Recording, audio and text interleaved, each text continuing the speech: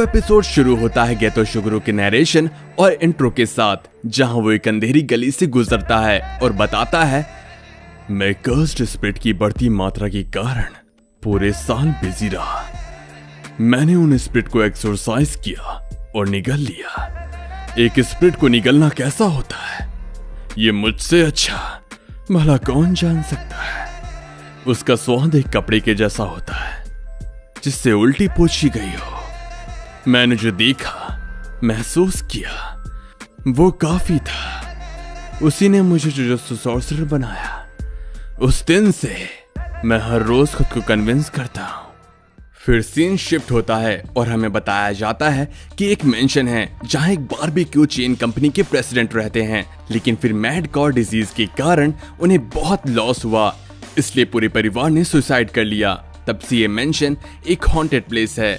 हम देखते हैं कि यंग उताहिमे और मेमे इन सबको डिस्कस कर रही होती हैं और वो अभी इस मेंशन में जाने वाली हैं।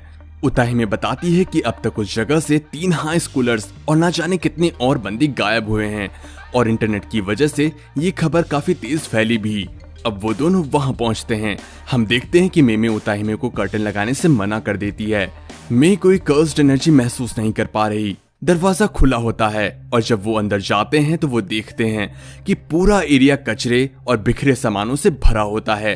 प्लास्टिक बैग्स, कपड़े और भी बहुत कुछ यहाँ वहां फिका होता है। मे उताहिमे को एक टॉर्च देती है और बोलती है जल्दी चलो। वैसे क्योंकि मे कर्स्ड स्पिरिट को देख सकती है और उसे अंधेरे में देखने के लिए टॉर्च की जरूरत नहीं। उताहिमे वो जलाती है और आगे बढ़ती है। वो सभी एक एक करके सब कुछ चेक करने लगते हैं। मे कहती है, हमें चारों ओर देखना है। सुनो, मैं यहाँ चेक करती हूँ, तुम ऊपर जाओ। बाहर बारिश होने लगती है। हम देखते हैं कि उताहिमे उन गंदे गलियारों में चल रही होती है। एक एक करके वो कई सारे कमरे खोलकर देखती है। तभी उसे लास्ट वाली कमरे में कुछ हलचल सुनाई देती है। जब वो बेड के नीचे देखती है तो एकदम से चूहे दौड़ते हुए बाहर आ जाते हैं। वो डर के मारे बाहर चली जाती है। तभी मे का हाथ उस पर पड़ता है और उसके चीखें निकल जाती हैं। उताहिमे पूछती है कि आपने फर्स्ट फ्लोर देख लिया?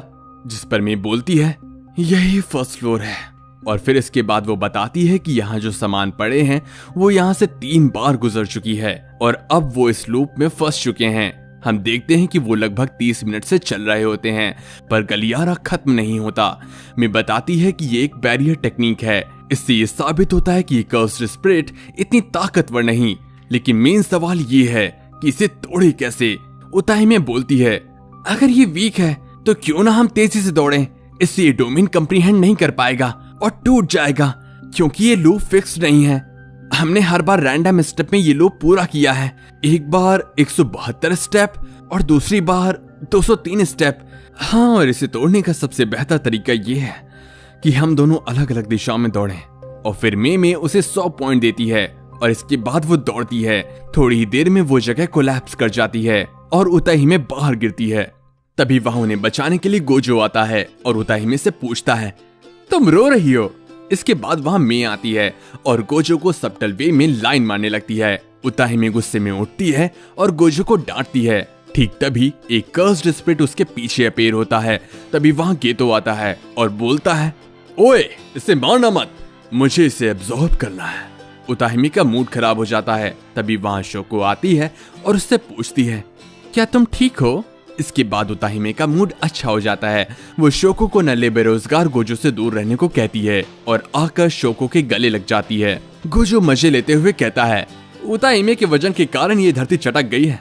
फिर गोजो बताता है कि ये जो बैरियर टेक्निक थी, इसमें टाइम का पता नहीं चल पाता। असल में 2 दिन बीत चुके हैं। जिस पर मैं बोलती है, अच्छा ऐसा है, तो मुझे 2 दिन की एक्स्ट्रा पेमेंट चाहिए। वैसे कर्टन कहाँ है? इसके बाद सीन शिफ्ट होता है। हम देखते हैं कि टीवी पर न्यूज आ रही होती है कि गैस पाइप के फटने से वो हॉन्टेड मेंशन तबाह हो चुका है। हम देखते हैं कि गोजो एंड मैंडेली को टीचर मासामिची यागा डांट रहे होते हैं क्योंकि उन्होंने बिना कर्टेन लगाए ये काम किया था और क्योंकि गलती गोजो की होती है इसलिए उसे टीचर की मार भी पड़ती है।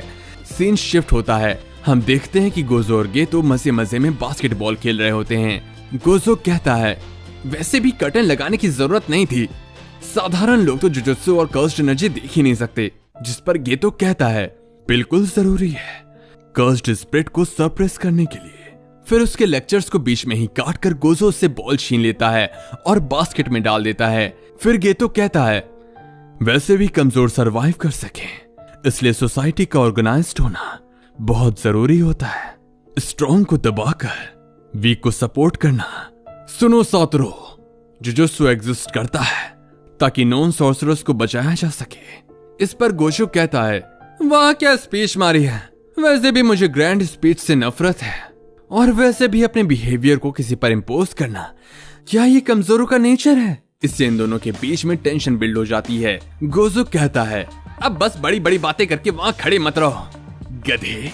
इसके बाद वो भद्दी सी शक्ल बनाता है। मामले की गंभीरता बढ़ते देखकर शोको वहाँ से भाग लेती है। गेतो अपने स्प्रिट बाहर लाता है और तभी यागा सेंसेई वहाँ आ जाते हैं और उन्हें लड़ने से रोक देते हैं, जिसे देखकर वो दोनों स्ट्रेचिंग करने लगते हैं और वो पूछते हैं, तुम लोग क्या कर रहे हो? और हाँ, शोको कहाँ है? इस पर वो कहते हैं, हमें नहीं पता, शायद वो टॉयलेट गई है। पर तभी यागा सेंसेई बोलते हैं, कोई बात नहीं, तुम दोनों के लिए एक जॉब है। एक मिनट, तुम दोनों ऐसी शक्ल क्यों बना रहे हो? इसके बाद यागा सेंसेई बताते हैं, टेंजन सामा ने स्पेशली उन दोनों लोगों की डिमांड की है। मेंशन के 2 पार्ट्स हैं, स्टार प्लाज्मा वेसल, जो कि मास्टर टेंजन की एक सुटेबल वेसल है, उसे गार्ड करना और उससे पीछा छुड़ाना। टीचर आगे बोलते हैं, वैसे तो मास्टर टेंजन अमरता के कर्स टेक्निक को जानते हैं, लेकिन फिर भी उनकी बॉडी एज बढ़ती है और जब बॉडी बर्बाद होने लगती है उन्हें एक नए की जरूरत पड़ती है और वो कर्स टेक्निक से एक नई बॉडी बिल्ड करने की कोशिश करेंगे। फिर वो मनुष्य नहीं रहेंगे और वो एक हायर फॉर्म ऑफ लाइफ बन जाएंगे। ये तो बोलता है, इस स्टेज पर उनके एग्जिस्टेंस का क्या मतलब, जब वो टेंजन सामा रहेंगे ही नहीं और शायद वो खुद हमारे बड़े दुश्मन बन जाए। मास्टर टेंजन की एब्सेंस में जुजुत्सु स्कूल वगैरह का सुपरविजन काफी दिक्कत भरा होगा, या शायद होगा ही नहीं, इसलिए वो करप्ट ना हो।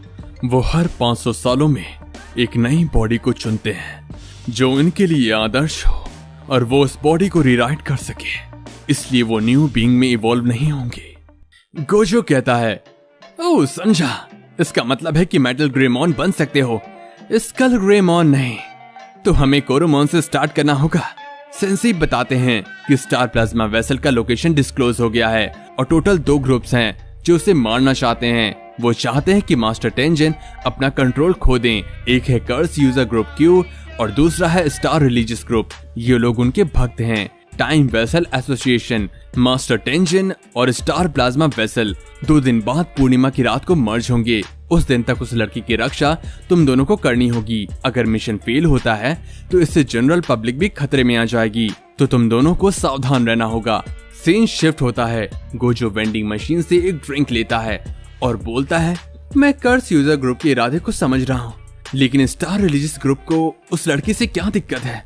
ये तो कहता है, वो प्योर मास्टर टेंजन के भक्त हैं। वो स्टार प्लाज्मा वेसल जैसी अशुद्धि को उन्हें छूने नहीं देना चाहते। ये तो उस लड़की को लेने जाता है और रास्ते में फोन पे गोजो से बात कर रहा होता है।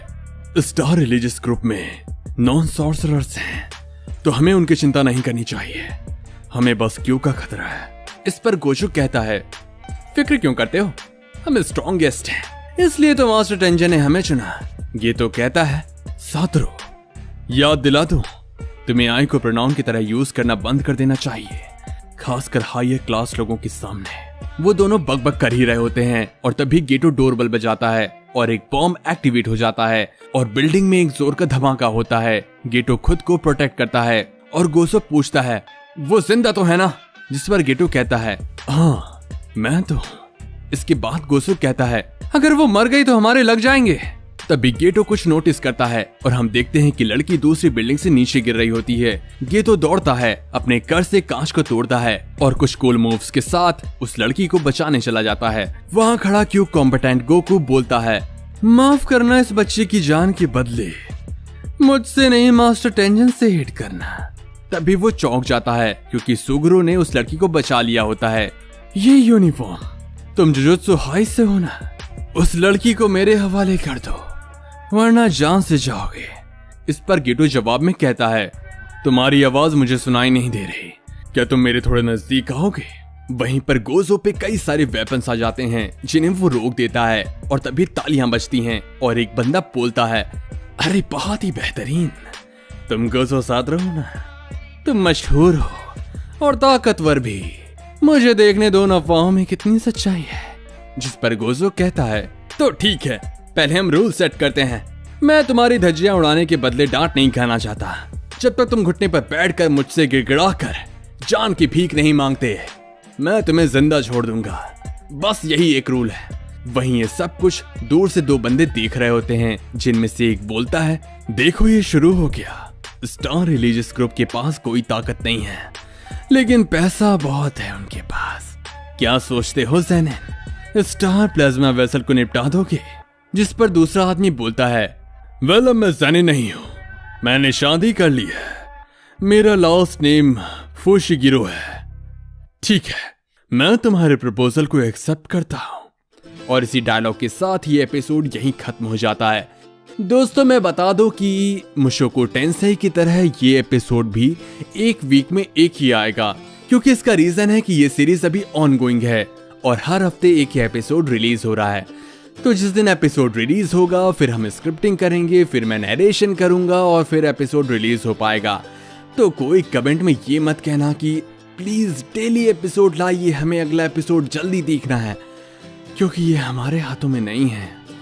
तो मिलते हैं नेक्स्ट एपिसोड में, तब तक के लिए गुड बाय।